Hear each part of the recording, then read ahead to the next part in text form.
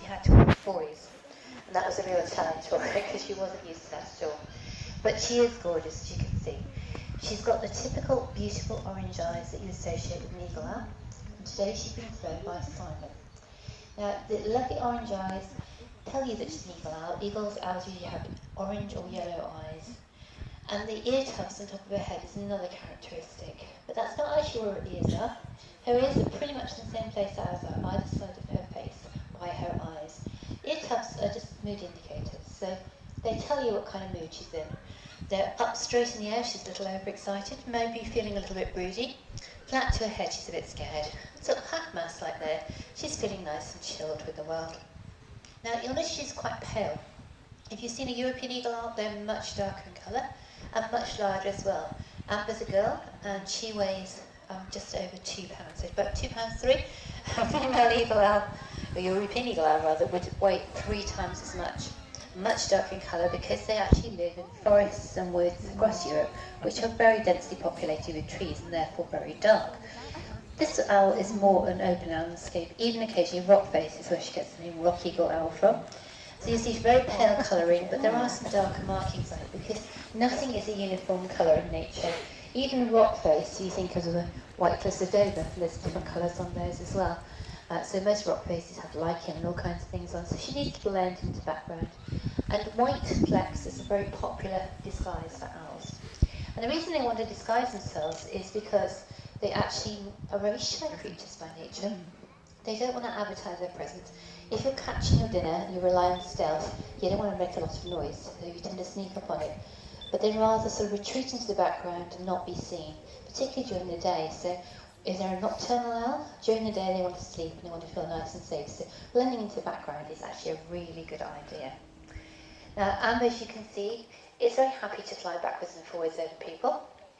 She's sort of relaxed nicely now, and what we do with our owls is we hand rear them so that they kind of see themselves as either us being owls or themselves being humans. We're not quite sure how their mind works completely, but it's basically a case that they are very relaxed because they think we're all the same species.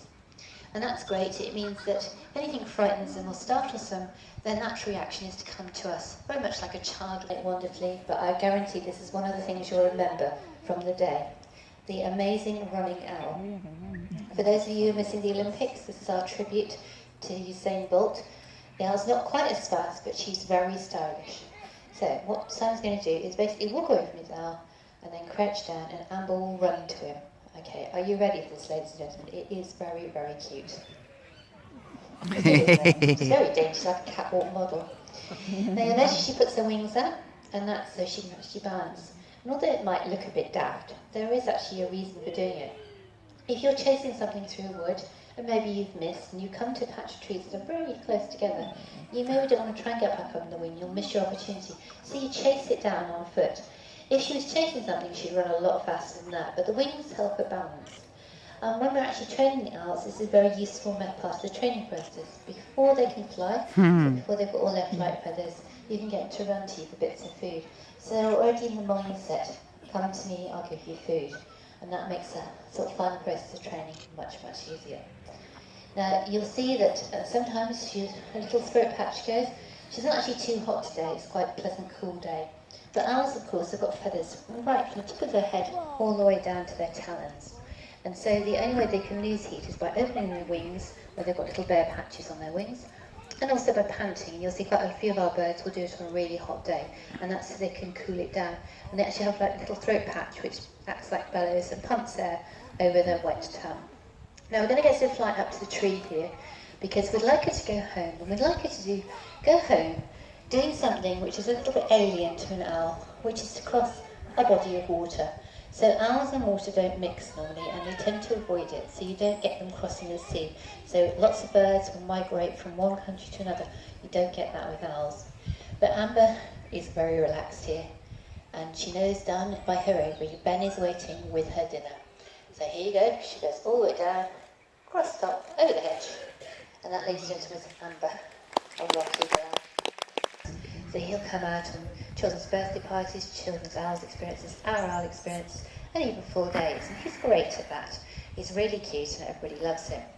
But we thought, well, he'd be quite good to fly during this demonstration. And we thought, we're not just going to fly him, we're going to jazz his routine up. So you'll notice there's a few new things around the arena, some props. So we're going to see if we can get him to actually join those. But before we do that, we'd just like you to have a chance to all meet him. He's cute, isn't he? Pretty tiny. He weighs about 7.5 ounces, so there's not an awful lot to him. This particular species is nocturnal.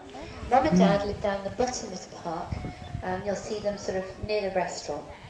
And they don't even know that Oscar is their child, because they didn't hatch him, we did. What we did is they have reared their own chicks over the years, so we know who his older brother, who works in the Lake District, and we've also got his younger sister called Whisper. But what we did with this one is we popped the egg in the incubator, we hatched